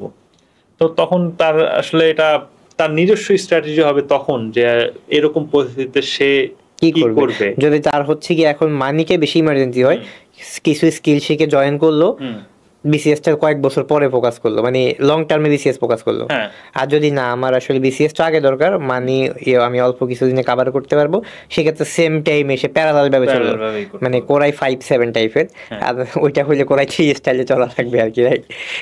অনেকটা এরকমই। অনেকেই আবার এরকমও করেছে, যেমন অনেকে কিন্তু ফিনান্সিয়াল ম্যানেজমেন্টটা খুব ভালো করে। আচ্ছা। এক্ষেত্রে এই বিষয়টা বলা যায়, কারণ আমাদের দেশে আমাদের ফিনান্সিয়াল লিটারেসি একটা বিষয়, এই বিষয়টা কিন্তু আমরা মানে অ্যাজ এ স্টুডেন্ট কখনো শিখি না। ইনফ্যাক্ট অনেকে আছে যারা হয়তো মিডল এজ পার করে ফেলেছে, তারাও আসলে ফিনান্সিয়াল লিটারেসিটা নাই। রাইট। অনেকে দেখা যায় যে হয়তো চাকরি বাকরি করছে, চাকরিতে বেতন আসছে, বেতনটা সে মোটামুটি একটা ভালো অ্যামাউন্ট একটা সেভ করছে। সেভ করার পর সে চিন্তা করছে যে না, আমি এখন আমার যে সেভিংস আছে তাতে করে আমি মোটামুটি আগামী 1-1.5 বছরের মতো একটা চলতে পারবো, কিংবা আমি কিছু ইনভেস্টমেন্ট করলাম, ইনভেস্টমেন্টে কিছু রিটার্ন আসতেছে মান্থলি, এটা দিয়ে আমি চলতে পারবো। তো সে কি করে, তখন হচ্ছে দেখা যায় সে চাকরিটা কুইট করে হচ্ছে সে তখন বিসিএস এর প্রিপারেশন নিচ্ছে। আচ্ছা, এটাও কিন্তু অনেকে করেছে, এবং এটা করেও আমরা দেখেছি যে কয়েকজন কিন্তু বেশ ভালো সাকসেস করছে। সাকসেসফুল হয়েছে। আচ্ছা আচ্ছা, বেশ ভালো। আচ্ছা, এখন আসি আমরা রিপিটেড বিসিএস এর ক্ষেত্রে। ধরুন হচ্ছে গিয়ে এটা তো আমরা ফোকাস করলাম যে যে প্রথমবার বিসিএস বা নর্মাল বিসিএস এর ক্ষেত্রে। আচ্ছা, এখন বিসিএস এ ফেলিওর হওয়াটা কিন্তু একটা স্বাভাবিক বিষয়, ফেলিওর বিষয়। ভাই আপনারা তো মানে রিপিটেড বিসিএস দিয়ে দিচ্ছেন, রাইট? সো আপনার তাহলে আপনার এক্সপিরিয়েন্স থেকে অনেকে শিখতে পারবে যে আপনি মানে আপনার দেখা যায় প্রাইভেট জবে ছিলেন, এত খুব মাল্টিন্যাশনাল কোম্পানি, আবার দেখা যাচ্ছে যে হচ্ছে বাংলাদেশ ব্যাংকের রেডি, আবার বিসিএস প্রশাসন ক্যাডার, এরকম কেরিয়ার কিন্তু খুব কম মানুষের আছে। আবার এরকম কেরিয়ার মানুষ কখনো বিসিএস এ ফেলিওর হয়েছে, তো সেটাও কিন্তু আবার একটু বিষয় যে, তো আপনি আসলে কিভাবে মানে আপনার প্রথম বিসিএস যেটা দিছিলেন সেখানে আসলে ফেইলিওরের কারণটা কি, বা কি হয়েছিল, বা আপনি কি প্রস্তুতি নেন নাই নাকি কি আপনার ওইখানে মোটিভেশন কি, আবার এটার পরে আপনি মোটিভেশন পাইছেন কিভাবে? অনেকে তো হতাশ হয়ে যায়, রাইট? এইখানে মোটিভেশনের ক্ষেত্রে বলতে হয় যে আমি প্রথম বিসিএস দিয়ে হচ্ছে 38 বিসিএস যেটা ছিল 38তম বিসিএস এ, তো ওইখানে আমার প্রস্তুতি খুব ভালো ছিল না। আচ্ছা, যেটা এই ছিল যে চাকরি শুরু করেছি, চাকরি করছি, এর ভিতরে টুকটাক পড়াশোনা করি, আর ওই সময় আমার প্রস্তুতিটা আসলে খুব গোছানো বা আমি ওই স্ট্র্যাটেজিক কিছু ছিল না। যেমন আমি বিসিএস এর আগে কোনো প্রিলিট বা কোনো মডেল টেস্ট বা দিব এরকম কোনো কিছু করিনি, আমি জাস্ট পরীক্ষার হলে গিয়েছি। এবং 200 নম্বরের এমসিকিউ পরীক্ষা আসলে দেওয়াটা কেমন হয় এই বিষয়ে কিন্তু আমার কোনো পরীক্ষা হলে যাওয়ার আগে কোনো এক্সপেরিয়েন্স ছিল না, ঠিক আছে? তো পরে আমি এটা দেখলাম যে আসলে 100 মার্ক 1 ঘন্টা আর 200 মার্ক 2 ঘন্টা, দুটোর ভিতরে কিন্তু আকাশ পাতাল তফাৎ। এটা আমি পরীক্ষার হলে যাওয়ার আগে আমি বুঝিনি। আচ্ছা, তো 38তম বিসিএস এ যেহেতু এটা বললাম যে প্রস্তুতি ভালো ছিল না, এই কারণে হচ্ছে পিলিটা পাইনি। তবে পিলিতে আমার কাছে মনে হচ্ছে আমি খুব অল্প নাম্বারের জন্য আর কি পিলিটা ফেল করি, আমার কাছে এটা মনে হয়েছে। এরপরে 40তমতে কি আপনি প্রস্তুতি ভালো মতো নেননি? প্রস্তুতি তেমন ভালো ছিল না। আচ্ছা আচ্ছা, তেমন ভালো ছিল না। ওই সময় কি আপনার সময়ের অভাবে নেন নাই, নাকি হচ্ছে আপনি আসলে সময়ের অভাবেও নেই, প্লাস আমি হয়তো ওই সময় বিসিএস নিয়ে তেমন একটা ফোকাস ছিলেন না। হ্যাঁ, রাইট। এটাও একটা কারণ ওই সময় আসলে বিসিএস নিয়ে অতটা ফোকাস ছিল না, যে আমি তো ভালোই আছি। এক্স্যাক্টলি। তো এরপর 40তম বিসিএস এর প্রিলিমিনারির আগের দিন রাত্রেবেলাও আমি হচ্ছে সারা রাত হচ্ছে আমরা নাজিরা বাজার বা পুরান ঢাকায় যে খাওয়া দাওয়া করা, ঘোরাঘুরি করা, এরকম অবস্থা ছিল। মানে ওটা প্রিপারেশন ছিল না। 40তম বিসিএস এ আসলে হওয়ার মতো কিছু ছিল না। তবে 38তমতে প্রিলিমিনারি যখন ফেল করার পর একটা জিনিস আমার মাথায় আসছিল, আমি দেখলাম যে 15,066 জন না কতজন যেন হচ্ছে প্রিলি পাস করলো। তা আমি তখন আমার মাথায় আসছে যে আমি তো একটা ভালো ভার্সিটি থেকে পড়ছি, ভালো কলেজে পড়াশোনা করলাম, সব জায়গায় ভালো রেজাল্ট, 15,000 মানুষ একটা পরীক্ষা পাস করলো, এই পরীক্ষায় আমি পাস করতে পারলাম না 15,000 জনের ভিতরে, এটা একটা কেমন মানে বিষয় হলো। কারণ আমি কোনোদিন কোনো পাবলিক পরীক্ষায় কোনোদিন মানে ফেল করি নাই বা কোয়ালিফাই করিনি। হ্যাঁ, আমি যখন যে ইন্টারমিডিয়েটে থাকতেও বা ইন্টারের পরে আমি 3টা জায়গায় পরীক্ষা দিয়েছি, 3টা জায়গায় আমি খুব ভালো রেজাল্ট করেছি। আচ্ছা, তো আমি দেখলাম যে কি ব্যাপার, মানে এখানে 15,000 মানুষ টিকা এলো, আমি 15,000 ভিতরে দেখলাম এটা কেমন, মানে এটা তখন ফার্স্ট টাইম আমার মাথায় আসলো। তারপর 40তম বিসিএস অত প্রিপারেশন নেই। তো 41তম বিসিএস এর সময় আমি মানে তখন হচ্ছে 41তম বিসিএস এর আগে, মানে এটা হচ্ছে বলতে গেলে হচ্ছে মানে করোনা যখন শুরু হলো 2020-এর ওই মার্চের দিকে, রাইট, ওই টাইমটাতে হচ্ছে আমি চিন্তা করলাম যে আসলে যদি বিসিএস যদি দিতেই হয় সিরিয়াসলি দিবে। 40-এর সময় আমি একটা জিনিস চিন্তা করলাম, মানে জাস্ট আমি যদি বিসিএস নিয়ে চিন্তা করি, তখন যেটা হচ্ছে আমি চিন্তা করি ভাই পরীক্ষাটা হচ্ছে মার্চ মাসে, তো তাহলে হচ্ছে ওই ফেব্রুয়ারি বা জানুয়ারির দিকে এসে মনে হয় যে ভাই একটু পড়াশোনা করা দরকার। কিন্তু আমি যদি এরকম হয় যে আমি সব সরকারি পরীক্ষার জন্য পড়াশোনা শুরু করবো, তাহলে সারা বছরই সার্কুলার আসতেছে, সারা বছর আমার পড়াশোনাটা হবে। এবং তখন হচ্ছে ফর দ্য ফার্স্ট টাইম আমি দেখা যাচ্ছে ব্যাংকের জবের জন্য অ্যাপ্লাই করা শুরু করলাম, আমি এই যে বিসিকের চাকরি বা তিতাস গ্যাসের চাকরি এই চাকরিগুলোতে অ্যাপ্লাই করা শুরু করলাম। আমি জানি যে ওটা যদি একটা পরীক্ষার ডেট দেয় সামনে মাসে, আমি এক মাসে কিছু না কিছু হলেও তো এই টপিক নিয়ে পড়াশোনা করবো। তো তখন হচ্ছে এই স্ট্র্যাটেজিটা নিয়ে আসা শুরু করলাম, এবং এর ফলে দেখলাম যে 41তম প্রিলি হলো হচ্ছে 2021-এর সম্ভবত মার্চে 18 তারিখে, মার্চে 18 বা 19 তারিখে। আমার 2021-এর জানুয়ারি মাসের ভিতরে মোটামুটি 41তম বিসিএস এর জন্য বেশ ভালো একটা প্রিপারেশন হয়ে গেছে। আচ্ছা, মানে পরীক্ষা আসার আগে এবার প্রস্তুতি। এবং আমি মডেল টেস্ট দিতাম বিভিন্ন, এসে দেখতাম যে মডেল টেস্টে 200-এর ভিতরে আমি 140 142 এরকম নাম্বার পাই, তো হিউজ মার্ক, হিউজ নাম্বার।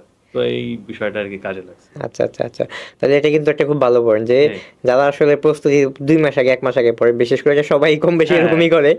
ভার্সিটির ক্ষেত্রে তো আমরা এরকমই পড়ি, পরীক্ষা একসাথে আগে পরীক্ষা দিতে পারি, এটা আসলে বিসিএস এর জন্য কিন্তু এটা খুব একটা কাজে লাগে। হ্যাঁ, তো এইজন্য হচ্ছে আমরা যদি অলওয়েজ পরীক্ষা দিই তাহলে আমরা অলওয়েজই পড়াশোনার মধ্যে থাকতেছি। এটা একটা ভালো টিপস কিন্তু। আচ্ছা, এইখান থেকে আই থিঙ্ক অনেকে সাজেশন পেয়ে গেছে যে কিভাবে সেলফ মোটিভেশনটা আবার ঘুরে পাবে, এটা কিন্তু ভালো একটা পয়েন্ট। আচ্ছা, এইখান থেকে আমরা এবার একটু রিসোর্সে যাই ভাই। আপনি তো হচ্ছে বেশি অনলাইন থেকেই পড়ছেন, তো অফলাইন থেকে বইয়ের আসলে কার্যকারিতা কিরকম? মানে আপনি তো দেখা যায় অনেকগুলো পরে পরীক্ষাও দিচ্ছেন, তো অফলাইন বইটা কি দেখা যাচ্ছে যে বেশিরভাগ ক্যান্ডিডেট এখনো বাংলাদেশে অফলাইন কিন্তু ফোকাসড, রাইট? সো যদিও এখনো অনলাইনের বর্তমানে অনেক বেশি অনলাইনে চলে আসতেছে বা সবাই কম বেশি আছে, কিন্তু এখন অফলাইন অনেক গুরুত্বপূর্ণ। তো আপনার আসলে সাজেশন কি এরকম ভাবে, সে কি আসলে অনলাইন নির্ভর হয়ে কারো কি আসলে পূর্ণ প্রস্তুতি হইতে পারে কিনা? অফলাইনটা গুরুত্বপূর্ণ। আচ্ছা, মানে পূর্ণ, যেমন আমার ক্ষেত্রে এটা বললাম যে আমি তো যে গাড়িতে পড়াশোনার ক্ষেত্রে আসা অনলাইনে চলে আসছে, বা আমি সবসময় ল্যাপটপের সামনে থাকতাম, কিন্তু যার আসলে এই বাধ্যকতা নাই তার আসলে আমি বলবো যে অফলাইনে তার বইগুলা অ্যাটলিস্ট মানে মডেল টেস্ট বা অন্যান্য ক্লাসগুলো সে করতে পারে অনলাইনে, কিন্তু অফলাইনে তার হচ্ছে বই অবশ্যই থাকতে হবে। অফলাইনে বই থাকার একটা সুবিধা আছে, যেমন আপনি ধরেন যে বইটা পড়লেন একবার, ওইখানে কিন্তু আপনি দ্বিতীয়বার যখন পড়তে গেলেন, আপনি অফলাইনে হলে আপনি বইটা ভালো মতো টাকায় রাখলেন যে আপনি কোথায় কোথায় বুঝতে সমস্যা হলো বা কোন টপিক গুলো আপনি পারেন নাই, সে কিন্তু পরের বার গেলে পরে কিন্তু দেখা যায় ওই টপিক গুলাতে ফোকাস করতে পারে বেশি। এই জিনিসটা অফলাইনে কিন্তু একটা বেশ সুবিধা, মানে মার্ক করে রাখা। ইভেন অনেকেই আমি দেখছি যে অনলাইনে পড়াশোনা করে, কিন্তু পিডিএফটা দেখা যায় দিন শেষে ঠিকই প্রিন্ট আউট করে তারপর হচ্ছে প্রিন্ট আউটটা এটা মার্ক করে পড়ে। এটা কিন্তু এটা অনেকেই করে। এটা যদি কারোর যদি এটা কমফোর্টেবল ফিল হয় তাহলে তার এটা অবশ্যই করা উচিত। ইনফ্যাক্ট এমনও হয় যে আমরা যখন এই যে প্রেজেন্টেশন তৈরি করি, প্রেজেন্টেশনে দেখা যায় অনেকে স্লাইড তৈরি করে স্লাইডটা প্রিন্ট আউট করে তারপরে দেখছে এর ভিতরে কোথায় কি ভুল আছে বা কোথায় কি এডিট আছে, ফোকাস করাটা ইজি হয় অফলাইনে। অনলাইনে যেটা হয় যে দেখা যায় অনেকে মোবাইলে পড়তে গিয়ে মোবাইলে কনসেন্ট্রেশনটা ব্রেক হওয়াটা কিন্তু স্বাভাবিক। তাই যে আপনার একটা ফেসবুকের নোটিফিকেশন আসলো কিংবা আপনার একটা বন্ধু হচ্ছে আপনাকে নক দিছে, তো আপনি ওইদিকে চলে গেছেন, আপনার পড়াশোনাটা ফুল কনসেন্ট্রেশন থাকতেছে না। সো অফলাইনে আবার এদিক দিয়ে হচ্ছে যে কনসেন্ট্রেশনটা রাখাটা কিন্তু মাচ মোর ইজিয়ার। অনলাইনে এই দৃশ্যটা একটা ঝুঁকি থাকে। তো আমি হচ্ছে এই কই যে একটা অফলাইন অনলাইন একটা কম্বিনেশন ফলো করাটা সবচেয়ে ভালো। আচ্ছা, বুঝতে পারছি। আচ্ছা ভাই, আমরা একটু বিসিএস এর লিখিত নিয়ে একটু কথা বলি। ধরেন ফ্রিলিতে তো দেখা যাচ্ছে যে আপনার একটা প্রিপারেশন মানে স্ট্র্যাটেজিক্যাল প্রিপারেশন নেওয়া যায় যে আমি কি বাদ দিব কি পড়বো, কিন্তু লিখিতে তো আরেকটু ফোকাসড যে না আমি যেটা জানবো খুব ভালো মতো জানা লাগবে, নাহলে কিন্তু এবিসিডি লিখতে পারবো না আমি, রাইট? সো এই ক্ষেত্রে লিখিত প্রিপারেশনের জন্য যারা, তাদের জন্য সাজেশনটা কিরকম হয় আপনার? লিখিত প্রিপারেশনটা যেমন আমার ক্ষেত্রে যদি বলি, আমার ক্ষেত্রে লিখিতটা আসলে আমার প্রিপারেশনটা কিন্তু খুব লিমিটেড ছিল। আচ্ছা, খুব লিমিটেড ইন এ সেন্স, কারণ আমি যেহেতু চাকরিতে ছিলাম, আর লিখিতর জন্য হচ্ছে প্রচুর একটু লেখালেখি করার অভ্যাসটা থাকাটা খুব জরুরি। আচ্ছা, আর আমি এমন একটা লোক, আমার ইন্টারমিডিয়েটে থাকতে বাংলাতে A+ মিস করছে একমাত্র হাতের লেখা স্লো বলে। এই হলো মানে আমার বাস্তবতা, এটা বললাম আর কি, ঠিক আছে? তো আমার লিখিততে যেটা হচ্ছে, একে তো হচ্ছে অফিস করে আসতাম, অফিস করে এসে হচ্ছে রাত্রে পড়াশোনা করাটা খুব কষ্ট হতো, আর পড়াশোনা পড়তেই কষ্ট, সেখানে লেখা তো আরো কষ্ট, বুঝতে পারছি। আর গাড়িতে বসে তো নিশ্চয়ই লেখালেখি করা সম্ভব না। তো এটা মিলে হচ্ছে আমি দেখা গেল যে লিখিতর জন্য মানে মডেল টেস্ট বলতে মনে হয় আমি মাত্র 2টা না 3টা পরীক্ষার পুরোপুরি 4 ঘন্টার লেখার একটা করেছিলাম। যেমন আমার মনে আছে আমি বাসায় একটা বাংলাদেশ বিষয়াবলী পরীক্ষার জন্য লিখেছিলাম 4 ঘন্টায় 50টা পেজ লিখছিলাম। আচ্ছা, ওই খাতাটা অনেকদিন রেখেছিলাম যে মানে এটা পরে ভবিষ্যতে কাজে লাগবে বা এটা পরে এখন হারাই গেছে। তো যেটা হচ্ছে যে আমরা তো লিখিততে 2টা জিনিস মানে আমি এই মানে এইসব থেকে আমি ফেস থেকে আমি দেখছি, সেটা হচ্ছে লিখিত প্রিপারেশনের জন্য ফিটনেসটা খুব গুরুত্বপূর্ণ। আচ্ছা, ফিটনেসটা এই কারণ লিখিততে এটা হচ্ছে একটা কি বলবো যে এটা একটা ফিজিক্যাল এফোর্ট লাগে। পিলিতে যেমন হচ্ছে আমি বৃত্ত ভরাট করছি 2 ঘন্টা 200টা বৃত্ত ভরাট, এটা আসলে পড়াশোনার বাইরে খুব একটা লাগে না। কিন্তু লিখিততে লেখার সময় যেটা হয় যে আপনি 4 ঘন্টা যখন লিখবে একটা মানুষ, 3 ঘন্টার পর থেকে না আস্তে আস্তে হচ্ছে ব্রেইনের গ্লুকোজটা ডাউন হয়ে যায়। তো এটা যখন হয়, কারণ আপনি তো 3 ঘন্টা লিখছেন, আপনি তো রেস্ট নেওয়ার কোনো সুযোগ নেই, আপনি একটানা লিখছেন মানে এক পেজের পর এক পেজ, এক পেজের পর এক প্রশ্ন শেষ আরেক প্রশ্ন, আপনি 10 সেকেন্ড 15 সেকেন্ড ব্রেক নেবেন, আমরা এরকম কোনো ব্রেক নেই না। তাহলে কি বোতলে করে গ্লুকোজ রেখে দিবেন? হ্যাঁ, এটা অনেকেই করে। খুবই গুরুত্বপূর্ণ। আপনি পরীক্ষার হলে অনেকে চকলেট নিয়ে যায়। আচ্ছা, কারণ চকলেট তো গ্লুকোজ থাকে, চকলেটটা খেলে কিন্তু ভালো লাগে, আপনার একটা ব্রেইনে একটু গ্লুকোজ আসলে। কিংবা অনেকে হচ্ছে যে পানির বোতল নিয়ে যাচ্ছে, পানির বোতলের ভিতরে গ্লুকোজ বা স্যালাইন একটা করে নেয়। কারণ পরীক্ষার হলে বিসিএস রিটেনে এরকম প্রত্যেক কেন্দ্রেই হয় 4 ঘন্টা পরীক্ষাতে যে হচ্ছে অজ্ঞান হয়ে গেছে, ডিহাইড্রেশন হয়ে গেছে, আগের দিন রাতে ঘুমায় নাই, লো প্রেশার হয়ে গেছে।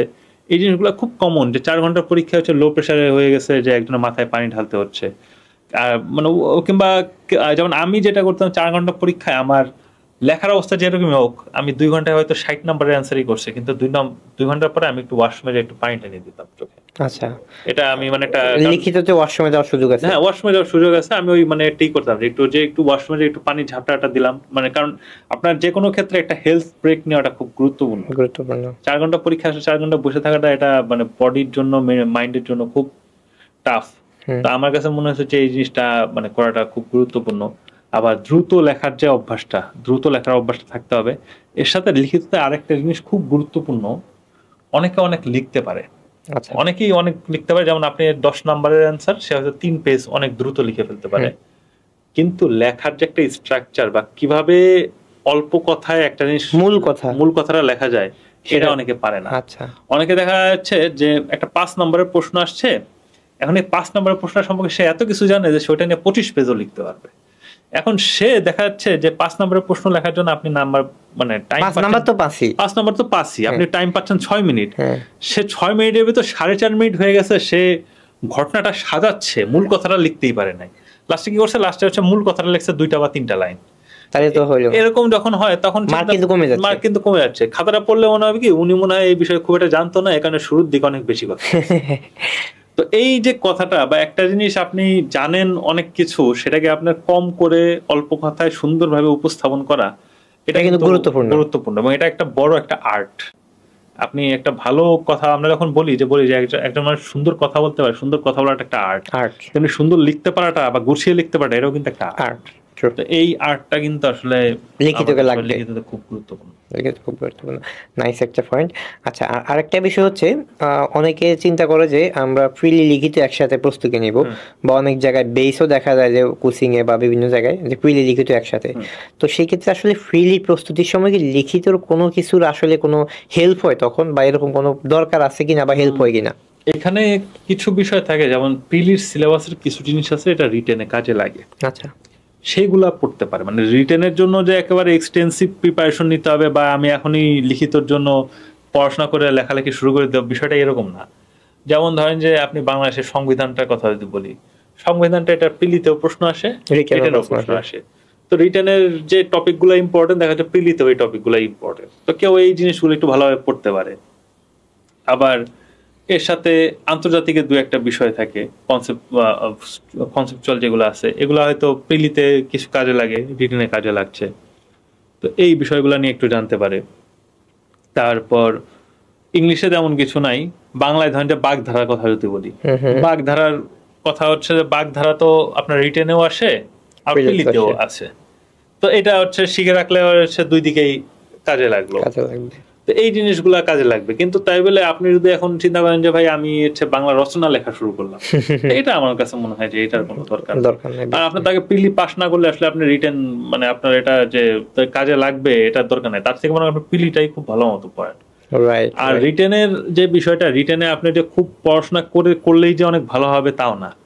আপনার পরীক্ষার হলে আসলে ভালো মতো লিখতে পারতে হবে। আপনি কতটুকু জানলেন তার থেকে বড় কথা পরীক্ষা হলে আপনি কতটুকু ভালো লিখলেন। এটার জন্য অনেক ক্ষেত্রে আমার কাছে মনে হয় যে 4-5 মাস মোটামুটি যথেষ্ট। কারণ রিটেনে একটা বড় অংশ আপনার ফ্রি হ্যান্ড রাইটিং এর উপর দিয়ে যায়। আপনি 900 মার্কের 900 মার্ক অনেক ভালো পড়াশোনা করে একেবারে সবকিছু জেনে বুঝে পরীক্ষা হলে বসবেন, এভাবে করে আসলে সম্ভব না। রাইট। আচ্ছা, আমরা আমাদের পডকাস্টের অলমোস্ট শেষের দিকে চলে আসছি। তো আমরা এখন একটু লাস্ট এজন্য বিসিএস এর শেষের দিকে চলে যাই। বিসিএস এর আসলে শেষ হচ্ছে ভাইবা। তো আমি জাস্ট একটু আপনার যদি একটু এক্সপিরিয়েন্স হিসেবে যে আপনাকে বিসিএস এর ভাইবাতে কিরকম প্রশ্ন করছে, যদি কোনো এক্সাম্পল বা সিমিলার এক্সাম্পল বলা যায়, এগুলো একটু শেয়ার করেন। আর হচ্ছে পাশাপাশি বাংলাদেশ ব্যাংকের ক্ষেত্রে কিরকম হয়েছে এবং দুইটার মধ্যে একটু কম্পেয়ার করেন। আচ্ছা, প্রথমে হচ্ছে বাংলাদেশ ব্যাংকটা দিয়ে শুরু করি। বাংলাদেশ ব্যাংকটা আমার প্রথম ভাইবা ছিল, এবং কিছু কোশ্চেন যদি মনে পড়ে এক্সাক্ট যদি বলা যায়। বাংলাদেশ ব্যাংকের ভাইবাটা আমার খুব সুন্দর একটা এক্সপিরিয়েন্স ছিল। আচ্ছা। আমার হচ্ছে যেমন আমার নামটা প্রথমে জিজ্ঞেস করলো, তারপরে বললো যে আপনি এখন কি করছেন।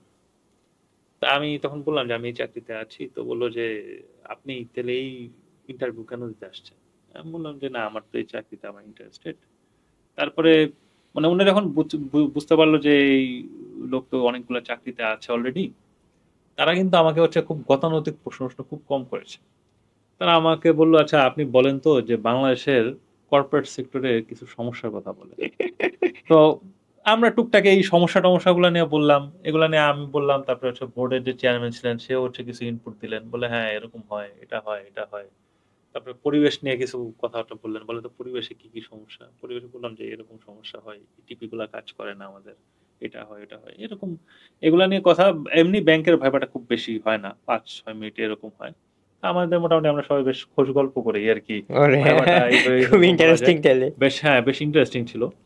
এরপরে বিসিএস এর যে ভাইবাটা, বিসিএস এর ভাইবাটা কিন্তু বেশ মানে আপনি ভাইবা গেটের থেকে এন্ট্রি করলেন, এন্ট্রি থেকে হচ্ছে আপনার বেশ টাফ একটা মোমেন্ট শুরু হয়ে যায়।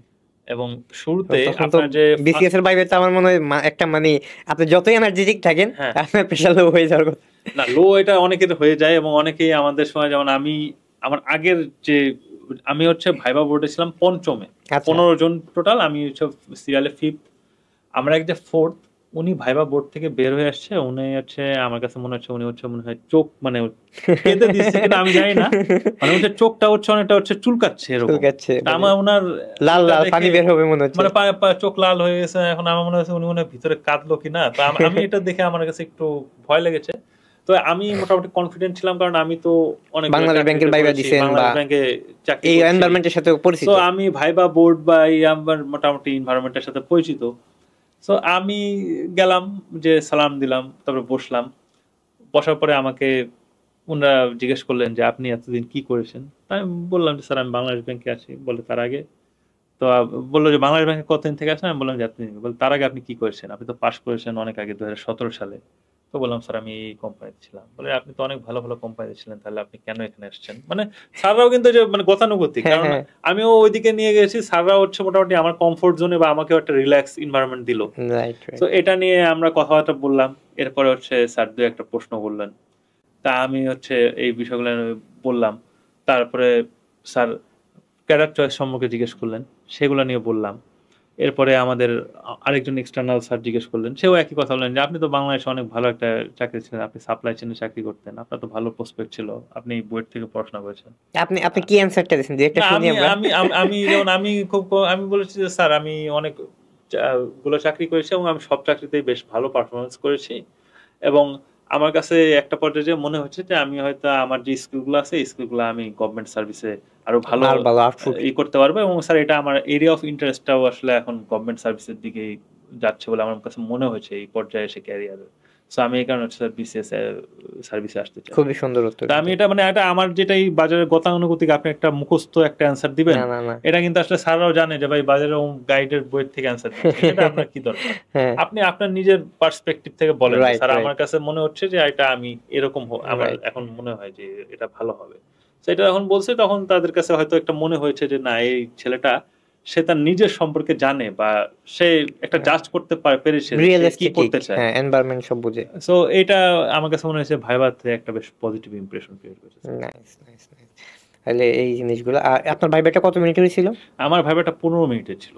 সবার ভাইবা কি নরমালি এরকম? সবার ভাইভাটা এরকমই হয়, যেটা বললাম যে আমার আগের জন্য ভাইভাটা 10 মিনিটে শেষ হয়ে গেছে।